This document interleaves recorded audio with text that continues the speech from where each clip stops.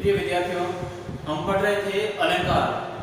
अलंकार की परिभाषा अपन ने पढ़ी है और प्रकार पढ़े। उसके बाद में जो अपने पढ़ने योग्य 7 टॉपिक जो अपने सिलेबस में है उनका अपन पहला प्रकार पढ़ेंगे। देखो, पहला है अनुप्रास अलंकार। पहला जो इसका है अनुप्रास। अनुप्रास अलंकार में क्या होता है, एक या एक से अधिक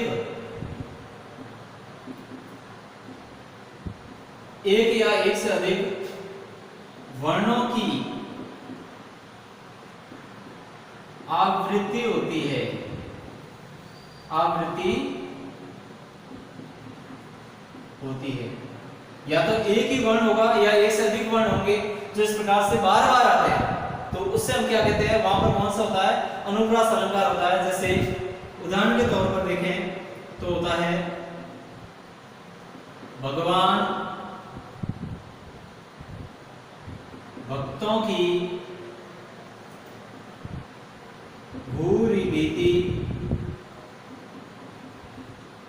भगाइए।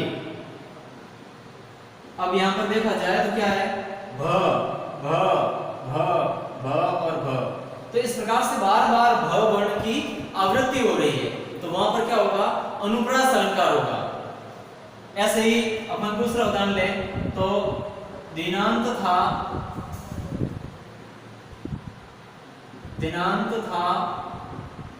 थे दीनानाथ डूबते।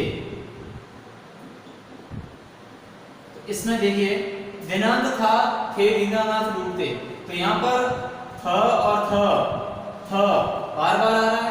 इसी प्रकार से द ये भी बार बार आया है, न और न बार बार आया है।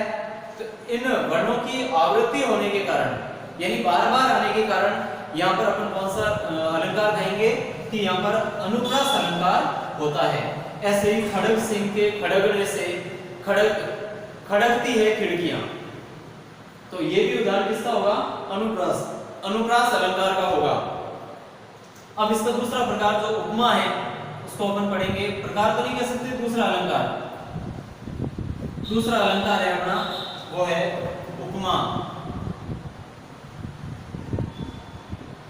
उपमा अलंकार में क्या होता है कि एक संसार की सामान्य वस्तु की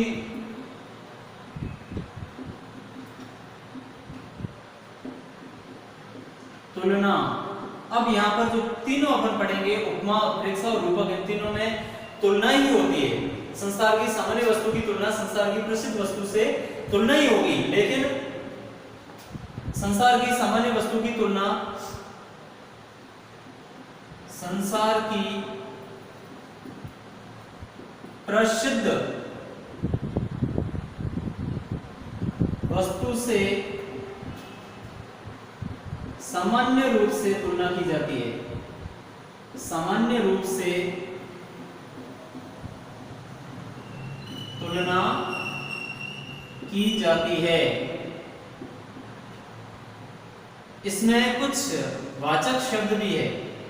वाचक शब्द का मतलब होता है कि अपन देखें तो वाक्य के अंदर ये शब्द भी कहीं न कहीं मिलेंगे, जैसे सा, सम, सरिस, सदृश, तो इस प्रकार के शब्द भी कहीं न कहीं अपने को मिलते रहेंगे। जैसे अपन क्लास 10th में लक्ष्मण परशुराम संवाद पढ़ेंगे तो उनमें इस प्रकार के शब्दों की भरमार रहती है, वहां पर उपमा अलंकार की भरमार है, तो वहां आपको इस प्रकार से मिल जाएगा। जैसे अपन तुलनात्मक रूप से इसका लें, अध्ययन करने के लिए उदाहरण के तौर पर लें तो आएगा जैसे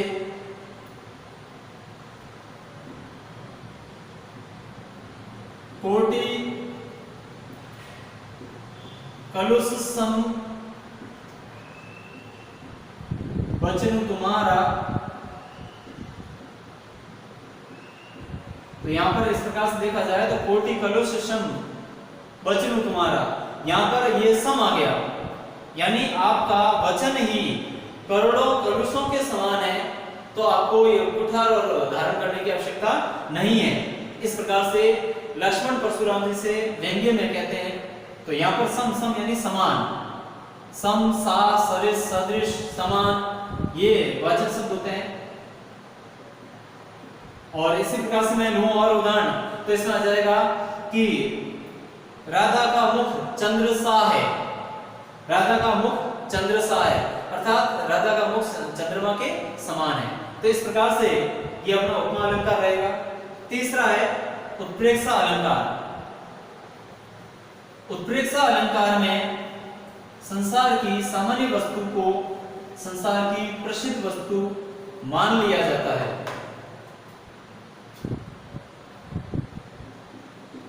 उत्प्रेक्षा अलंकार में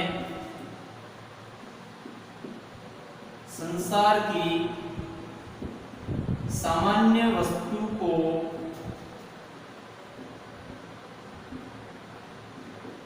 संसार की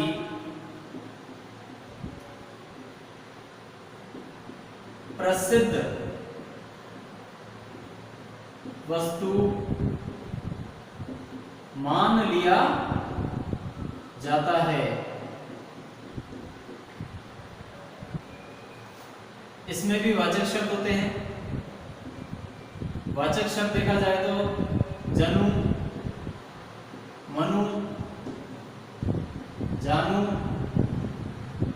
जानहु, ऐसे ही मानहु, मानो, ठीक है ना। इस प्रकार से कुछ वाचक शब्द भी रहेंगे। अब इसके उदाहरण के तौर पर अपन लें तो आता है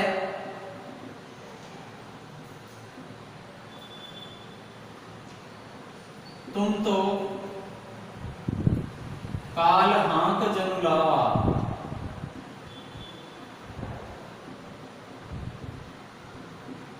अब यहाँ पर लक्ष्मण परशुराम जी से कहते हैं कि तुम तो काल हांक जनु लावा, बार बार मोहि लागी बुलावा।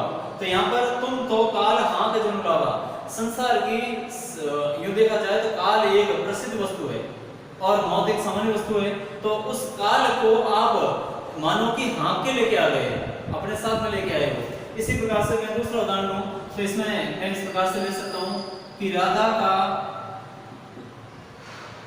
मुख मानो चंद्र है। तो यहाँ पर राधा के मुख को चंद्रमा मान लिया गया है। मुख एक सामान्य वस्तु है, चंद्रमा एक प्रसिद्ध वस्तु है। तो मुख एक सामान्य वस्तु को चंद्र मान लिया गया है।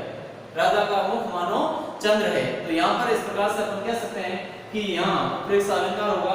अब आगे जो अपना है इसका चौथा अलंकार वो है रूपक अलंकार।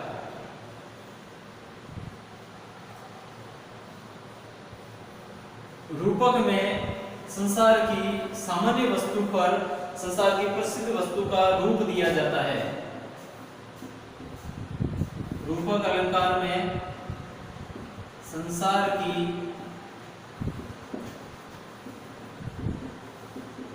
सामान्य वस्तु पर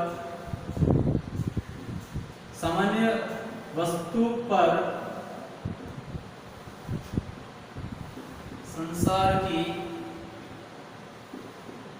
प्रसिद्ध वस्तु का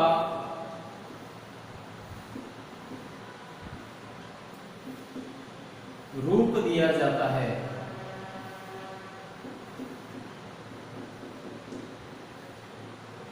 रूप देने से मतलब भारारोपित करना, होती नहीं है फिर भी उसको मान लिया जाता है। संसार की सामान्य वस्तु कभी भी प्रसिद्ध वस्तु नहीं हो सकती, लेकिन उसको जबरदस्ती रूप दे दिया जाता है। जैसे उदाहरण के तौर पर अपन लें तो इसमें आएगा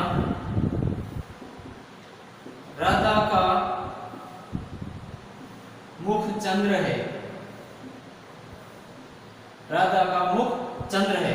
मुख कभी भी चंद्र नहीं हो सकता, परंतु यहाँ पर रूप देकर उसको भार आरोपित किया गया है कि राधा का मुख चंद्र है। इसी प्रकार से अपन देखें तो ये अलंकार के जो चार भाग थे वो अपन ने पढ़े हैं। एक तरह से चार अलंकार पढ़ लिए। अगले जो अपने 3 सिलेबस में और है वो नेक्स्ट वीडियो पढ़ेंगे। तब तक के लिए इनको अच्छी तरह से इनका अध्ययन करें और